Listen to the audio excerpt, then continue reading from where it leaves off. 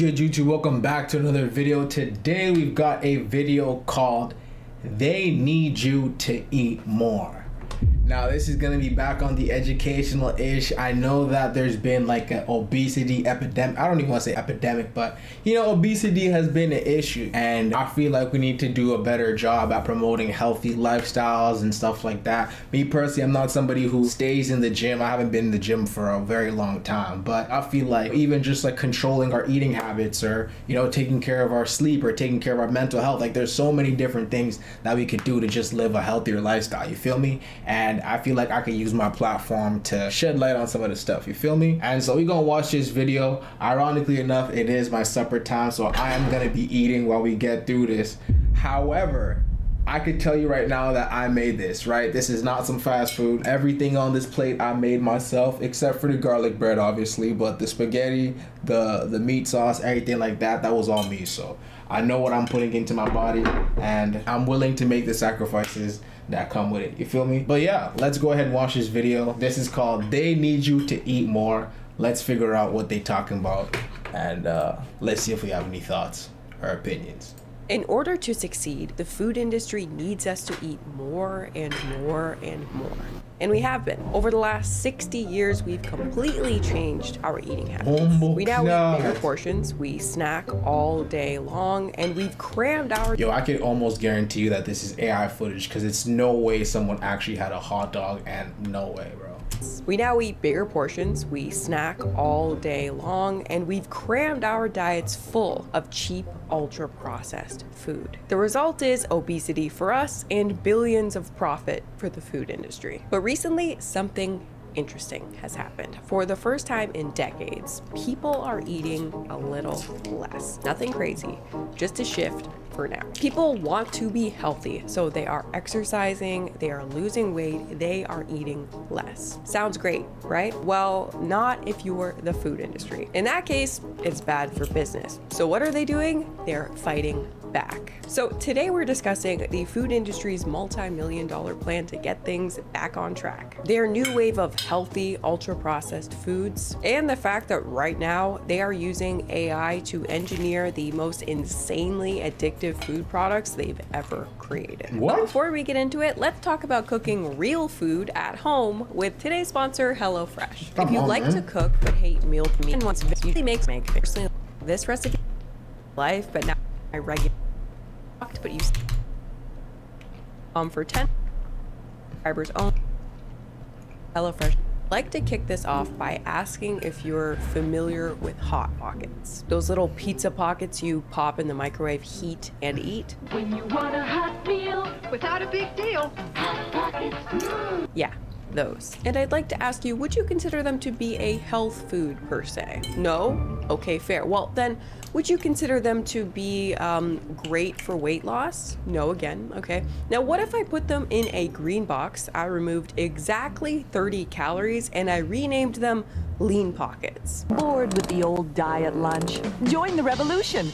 Lean Pockets, a revolution in speed, low calories, and a taste that's definitely not diet. Like chicken parmesan, pizza, beef and broccoli. Join the Lean Pockets revolution. So part of that was a commercial from 1989, which is why the Lean Pockets look particularly revolting. Also, who the heck is buying a beef and broccoli flavored Lean Pocket? You cannot tell me that that flavor had any sort of success. But yeah, Lean Pockets were actually a pretty successful product. They were only discontinued in 2020. This product had a 30-year run, despite the fact that, look at this. Lean Pockets, 4 cheese pizza, 270 calories, okay? Now, Hot Pockets, 4 cheese pizza, 280 calories. And you can bet the Lean Pockets version was at least $1 more. But I wanted to start with this because this really dumb bait and switch is a great example of the type of diet food that dominated the grocery stores between the late 80s and early 2000s. Like somehow the Lean Pocket thing. Damn, so you really not even doing nothing but like you just making us believe. Hold on, you see that difference? So what'd you say? Calories, 280 and lean, so it's literally 10 calories different. Is that right? Yeah. $1 more. But I wanted to start with this because this really dumb misinformation is a great example of the type of diet food that dominated the grocery stores between the late 80s and early 2000s. Like somehow the lean pocket thing, it worked, despite the fact that it was identical in every way, and in this case had only 10 calories less than a regular Hot Pocket. Just a few simple changes and we're like, okay, lean pocket equals diet lunch revolution. Hot Pocket equals junk food snack. We are truly too easy to do. But yeah, we as a society were in such a crash diet phase back then. Everyone wanted to be thin and lose weight, so much so that we allowed the food industry to convince us that the answer to all our health and weight loss problems was a slew of snack foods that were about as useful as a diet Hot Pocket. Here are some of the most iconic examples of this that are both fun and really set up the issues we're about to discuss. Snackwell's cookies. These were fat-free and reduced fat cookies that had this health halo around them. They were marketed as cookies that you could still eat on a diet, or if you just wanted to be thin and healthy all around. At Snackwell's, we like to think that snacking shouldn't just be about treating yourself, but about treating yourself well. And it shouldn't simply be about satisfying your hunger, but about satisfying your hunger for life. Also, I watched Eyes Wide Shut for the first time while writing this video, and boom, that's Nicole Kidman eating Snackwell's cookies. Now, these cookies were fat-free, which was a really, really big deal in the 90s. Back then, we thought fat makes you fat. Eat fat, be fat. It does seem logical, but we now know that fat-free diets really don't do anything special when it comes to weight loss. It's mostly calories in, calories out, and 2 Snackwell's cookies have about the same amount of calories as 2 Oreos. In other words, Snackwell's cookies were a completely useless product, invented to help people lose weight, but were really just convincing them to keep eating cookies. And the people who maybe would have stopped buying cookies in order to get healthier just kept buying Snackwell's instead. Next, Special K, the cereal that was just a cereal, but for some reason promised you could drop a pant size in 2 weeks. Afraid swimsuit season will reflect badly on you? Get the shape that reflects the way you want to be. Kellogg's Special K.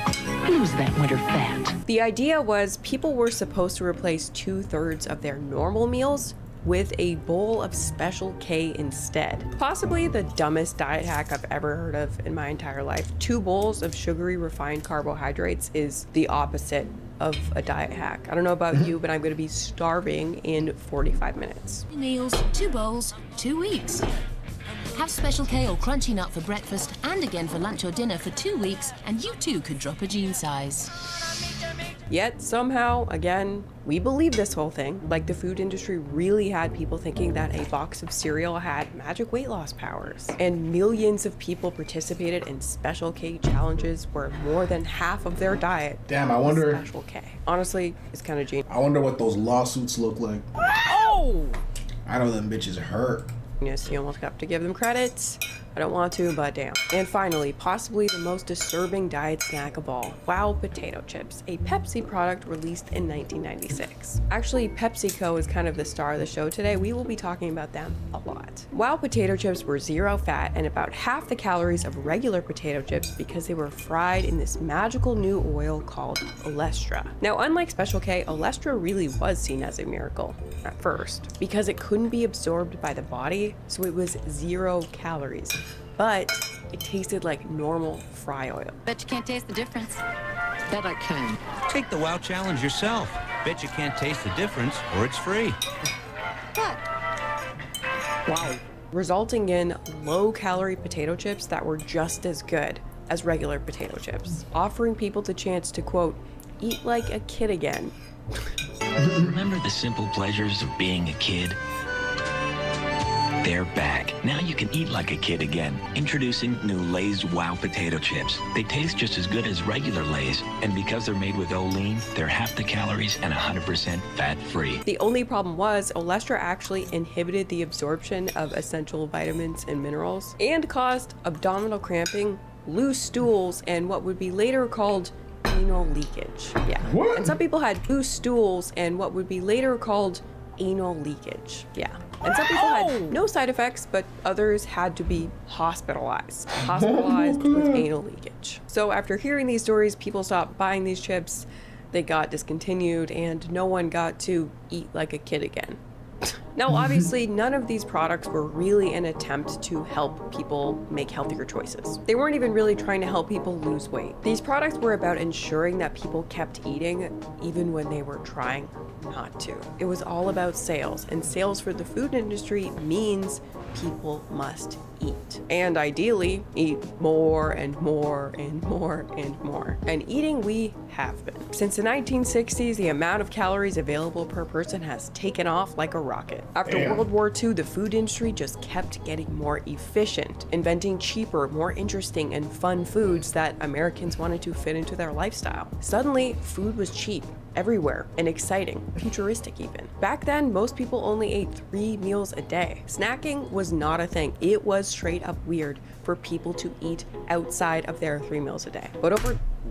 You know what's crazy? I find it weird people who snack. Like, I like, you can come to my crib, bro, and like, I don't know, maybe it's because I'm maybe it's because I'm a bachelor and I'm still young or whatever, but like right now, I don't really carry chips, candies, stuff like that. And if I do, it's because I know I got a guest over, or like I'll have some stuff for the guest, right? But like me personally, bro, like I'm not going to the gas station and picking up some chips, or like, you know, getting some chips on like while I'm at the grocery store, or like snacking on gummy worms or whatever else. Like that's just, it's really not in my diet. And I have nothing against it, but it's just like, why? Like it's not really doing nothing for me, you know what I'm saying? I know people who just like, they go on the road, they love like beef jerky. That's something that I get maybe. Like if I'm on the road and I'm like on a long trip, I might get some beef jerky or some Spitz or something just to like keep me awake while I'm on the road. But aside from that, just like regular like snacking and shit like that, like I don't get it, bro. I don't get it. Time as we were introduced to cheap potato chips, to soda pops, to crackers, cookies, and candies, and of course marketing campaigns convincing us to consume these things, our food environment went through this insane shift, and as a result, we wanted more. So we just kept eating. And now, as a group, we are eating roughly 1 extra meal's worth of calories every single day compared with our grandparents. And that's how the system has worked for decades. And now I know there's a lot of people watching being like, hey, F you, I don't eat more than my grandparents. But I'm saying on average, we all eat more than people of the past. Yes, even you. And yes, even if you're not overweight. And obviously some people eat way, way more than people of the past. I could put myself in this camp. For 90% of my life, I ate well above the average human being, and it's only been the last 7 years or so that I've gotten it under control. But every time someone like me changes their eating habits, an angel dies. A bright light in the food industry goes out. I would have been what's called a heavy user in the food world. I don't know if it's an intentional pun or if it just makes the most sense as a phrase. But companies like Coca-Cola straight up call the people who drink the most Coke heavy users. And these heavy users were a big part of their business because some customers will only drink 1 can of Coke a day, no matter how much you market to them. But other customers have almost no ceiling. So those guys, you can just keep getting those guys to consume more and more and more. So yeah, me and people like me are the food industry's best customers. Now, lucky for them, only a small percentage of us ever managed to stop eating so much. So we've never really been much of a threat until now. Because all of a sudden, for the first time, a large enough percentage of people are starting to eat less food. America is on a health kick. There is a growing trend toward healthier eating as people start to understand more about what they're consuming. We've been slowly building towards this for the last like 10 or 20 years, but we just keep prioritizing health more and more as something that we want out of the food that we eat. Plus now 20% of Americans are on a GLP-1 like Ozempic or Mounjaro or any of the other ones. So there are millions of people on this medication and they are definitely eating less. So much less that they're buying less food, they're going to restaurants less, and they're snacking less than before. And at first, the food industry really didn't care about this, but now combined with this broader health trend, it's large enough and it's projected to grow enough that it's taking a bite out of their sales. Big Food pours millions into rebrand as obesity drugs reshape US demand. Diet changes Exchanges linked to GLP-1 drug use could mean up to $12 billion in snack sales lost over the next decade, according to EY Parthenon estimates. So the food industry now stands to lose over $1 billion per year in snack sales. And obviously, they're not too happy about this. And as you'll see, their plans to fix this little problem might affect everyone for years and even maybe decades to come. And this topic makes me so mad because people want to be healthy. They want to avoid chronic disease. They don't want to be obese. And despite the fact that ultra-processed junk food seems to be at the heart of diet-related chronic disease, the food industry seems to be willing to stop at nothing to cram these calories down our throats. Because anytime there's a renewed interest in health in society, the food industry steps in and does everything they possibly can to stop it from happening. And to clarify, we're not just talking about people on GLP-1s. Like I said, this is a trend that's been brewing for a long time. All of the articles about this mention the food industry shifting because of this, but I think it's bigger than this, and this is something that everything's been working toward for a long time. And anytime people try to do something good for their health, the food industry steps in and offers these solutions that are extremely problematic. So with this new health trend on the rise, what does an industry built on excess do? The food industry is currently changing things up big time. A new diet and wellness food era like the one from the 90s, it's on its way right now. And the industry is dumping money into revamping all its products for this new weight loss craze. You can see here we have Coca-Cola, Kraft Heinz, ConAgra, Mondelez International, General Mills, and PepsiCo are all spending just a little bit more money this year in order to revamp their products. And I am very, very curious about the products they're going to create. Right now, we're extremely early on this, and they have launched some products, but they're nothing crazy. They're nothing that interesting like the products of the 90s yet. First things first, as you've definitely already noticed, the industry has been slapping protein on everything. Protein Cheerios, protein popcorn, protein Starbucks drinks, and just announced protein Doritos. And it's actually predicted that this year you're going to start seeing fiber slapped on everything the same way you've been seeing protein. Now, to be completely fair, this could be a little bit helpful, right? For people who don't eat enough of these things, if you're eating a processed snack, well then, at least it has a little protein, a little fiber, maybe a little, I don't know, vitamins or something. But is this anywhere near as good as just eating normal food that naturally contains these healthier attributes? No, it is not. And if you pick up one of these protein-packed foods and think that they're doing something better or equal to a more normal food, you're doing yourself a major disservice. I feel like that's almost like common sense, right? Like, you'd want to low-key go right to the source because you already know that, like, you know, the Doritos and the other snacks, like, they're processed and they come with all this other extra shit, right? Like, I get what the market is doing, but as a consumer, like, I can't see myself wanting to be searching for protein and then coming here. You know, I would either go to, like, the actual protein, like the chicken, the whatever, the beef, or I would go to the shakes, or I would go to the whatever else. Like, you know what I'm saying? I'm not going to, like, here. Maybe, like, a protein bar or something like that. I don't know, but, like, I don't know if I would be coming in chips. And ultra-processed junk or like a coffee, like a protein coffee. I don't know.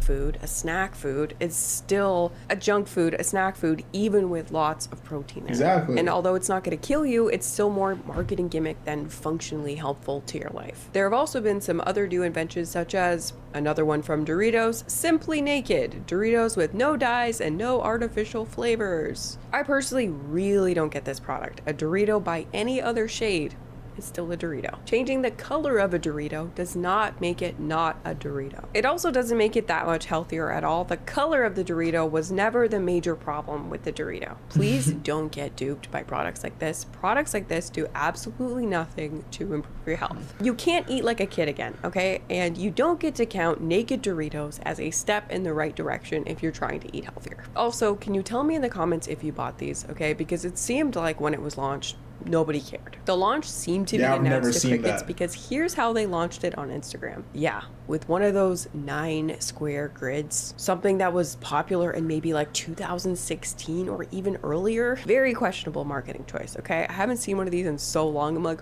whose idea was this as your big launch for your new product? It also meant that one of the grids was this, with the caption, "The renaissance of snacking is upon us." Comment. Sorry, what? Comment.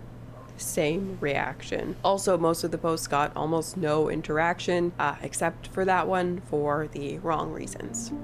This is just the beginning though, because although it seems that a new health trend on the rise, people eating less, means inevitably dark times for the food industry, which by the way, when I say that, I just mean that they're not going to be able to post the profits that they usually do. We have a system where any sort of lesserness in a company means they're failing. So even though they can actually be doing really, really well profit-wise, they need to actually do better all the time in order to be successful in the stock market. But really, they're viewing this situation as one big fat opportunity. Weight management is a big opportunity, Nestle CEO said. I think there are more opportunities than threats, but there are both, Pepsi CEO said. So on one hand, companies do think, okay, people are eating less, there might be a problem here. Quote, consumers on GLP-1s eat 700 fewer calories a day, and they were most likely to eschew processed foods, sugar-sweetened beverages, refined grains, and beef. Only fruit, leafy greens, and water showed an overall increase in consumption, the research found. So that's the bad news for them. People are turning up their nose at ultra-processed foods, aka 80% of the food created by the industry. These guys aren't getting rich selling fruit and leafy greens, they're getting rich selling UPFs and sugar. But here's the good side for these guys, okay? It's one of these opportunities the CEOs were mentioning. While consumption of most processed and sugary foods drop when taking GLP-1s, consumers' desire for these foods does not wane. That's creating additional opportunities for food companies to support consumers' dual desires for nutrition and indulgence. In other words, people still crave junk food while on a GLP-1, they just eat less of it. And it's obviously the same with normal people on a diet. They still want the junk food, they just have to eat less of it. And this means that people are still buying these junk food snack products, these snack foods that the food industry relies on, meaning that these companies still have a chance, not just to sell to you, but to pull you back towards their products. Which is where maybe this next full-on unhinged and completely evil thing comes into play. Nutrition on this Reuters article that we've been discussing. I work with food scientists who are partnering with the food industry to try to increase palatability and demand for different products as people's consumption habits change due to GLP-1s. The research shows these medications not just changing how much people consume, but users moving toward less meat, more whole foods, better macros. The folks I work with are focusing on targeting and ramping up the reward response in the brain to junk and snack foods to bring people back to selecting those products. They talk a lot about helping consumers make choices that maintain profitability. In other words, in response to people eating less, the food industry is trying to make their products even more addictive. And to be fair, this is just a Reddit comment, right? This person could be making it up. It's not really a source. But the food industry has already said similar things themselves. The billion-dollar question is, how do I make someone who is not hungry eat again? Bruno Didier, head of B2B at Cook Unity Meal Delivery Service, said during a panel at the IFT First conference in Chicago earlier this month. And hey, maybe that quote is taken out of context, but we already know that the food industry designs its food products to be addictive. So it would be very par for the course for them to be adapting to these GLP-1s. Of course, they would try to do this. For the last 50 years, the industry has already been doing everything possible to keep us consuming their food. They've been pumping everything they've got into creating hyper-palatable, addictive, insanely craveable junk foods carefully engineered to make us eat more. It started with things like the perfect amount of sugar and fat and salt, what they called the bliss point. This idea that if you hit a very specific ratio of one or more of these things, the food doesn't just taste good, it lights your brain up. It actually makes you hungrier. It compels you to keep eating. Next, companies started scanning people's brains, measuring how we react to certain foods, how excited we got, how much dopamine fired. They used tools called texturometers to ensure the perfect level of craveable crunch, resistance, and texture of each bite. And who knows what else, what research they're doing to literally hack our brains to eat more junk. But for the last who knows how many years. I don't remember. I had a marshmallow recently and I hated the experience of just the gushiness, like, of that it felt like I was eating a pillow, bro. I really did not like that, bro. everything in this industry has been built on craveability. And now they're going deeper than ever before, trying to find foods that make us hungrier, craving more than before, and frankly, as addicted as possible to the foods that they create. And the GLP-1 aspect means that the food industry right now is scanning people who are on GLP-1s, people who are less responsive to food, less hungry, have less of a brain spike whenever they encounter junk food. They're taking these people and trying to understand how they can get this person's brain to want to eat more food again. Kind of insane, kind of terrifying, and now I guess they're also using AI. Brands are now turning to AI-driven food science to keep consumers hooked. They're already, at this moment, using this technology to, quote, bypass natural hunger cues and trigger repeat consumption. That's where we're at now, guys. Even the National Institutes of Health admitted that the food industry is designing foods that override natural satiety signals and influencing eating behaviors without consumers' conscious awareness, a practice that parallels concerns previously associated with addictive substances, where products are engineered to promote repeated use. Isn't this insane? I read about this stuff all the time and it still always blows my mind. And if these companies are successful, they will end up creating products that are a very bad thing for society. And this won't just affect people on GLP-1s, it will affect everyone who consumes their products. Like, imagine what life would be like if all of the packaged products on the shelf were extremely effective at getting you to eat more of them. That is what's on the line here. I know it sounds crazy, but it's like we're 2 steps away from Wall-E World at this point. It's so dystopian. So we just discussed what they're doing behind closed doors, yet up front, what is the vibe? All the products are making major health pledges. They're promising to help you on your journey toward health, which is why having the food industry design the new health food that's supposed to help us get healthier and eat less just doesn't make sense, because it's just not in their best interests for us to eat less. Look at this. POV, it's the 90s/2000s and you discover these healthy snacks at the grocery store. See, SnackWell's in there, right? One of the top comments. Then you eat the whole box. Get out of my business. Ha ha ha ha. For real. Exactly. Seriously, and defeat the purpose. 100. Yeah, and all the SnackWell's commercials actually showed women like stalking the guy who worked at the SnackWell's factory. As in, the trope was that women were so addicted to these low-fat cookies that they wanted to hunt and stalk the factory employees in order to get more. Indulge! Indulge, my friends! Sounds good to me. Oh, what a nightmare. I'll say, we're almost out of chocolate yogurt.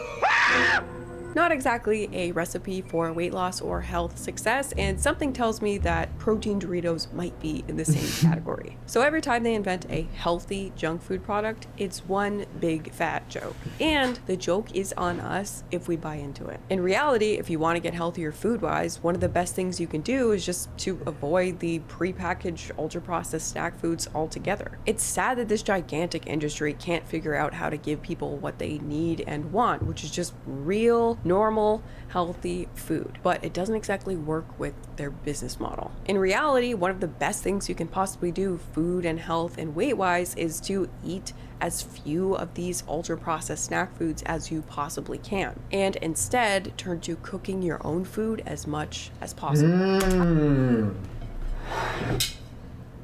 Cooking your own food. W Chef Nams. How motivating is it to know that every time you opt out of eating ultra-processed foods made for you by the food industry, you are shunning a gigantic system that makes lots of money off of addicting you to their products. A system that operates by tricking you into thinking that you're making a healthy choice when it's just the same old slop. Anyway, on that note, thank you so much for watching, and I will see you in the next one. All right, chat. What are your thoughts on that, chat? What do you think happens if the food industry actually ends up making snacks that are supposed to be healthier, or snacks that are addictive, and they just have us, you know, constantly eating and eating and eating their stuff? Like, it's gonna be some crazy shit, don't you think? But I don't know, man. I feel like, I mean, she said that the statistics are showing that people are eating less, but like, I don't see it, bro. And I'm not saying that people are huge, but I'm just saying, like, I don't know, bro. I don't see it in real time. Oh! You know what I'm saying? So I don't know if the food industry really struggling for real, bro. But hey, man, I'm not the one to judge. losing over $1 billion a year is crazy. So I could understand why, you know, people might be panicking and trying to do some other shit, but hey man, it is what it is. It's up to us as consumers to have a strong will, you know what I'm saying, strong discipline, and just stick to whatever it is we try and do, you feel me? But that was another case of educational nams in the cut, man. We're just looking into what's going on in the food industry and how/why they need us to eat more, you feel me? But let me know how y'all feel in the comments down below. Have you ever had, you know, issues with overeating, or do you feel like this is something that you've kind of been onto for a little while, and are you now on a journey of, you know, doing better in terms of your eating? Let me know how you feel. Let me know what you got going on down in the comment section below. Once again, I go by the name of Jasmine Nams. Thank you so much for tuning in, and I'll catch y'all in the next one. Peace out. I'm getting gritty on these niggas. I'm getting gritty on these bitches. Here we go, another talking again. I'm getting gritty on these niggas. I'm getting gritty on these bitches. Here we go, another talking again. I'm getting gritty on these niggas. I'm getting gritty on these bitches.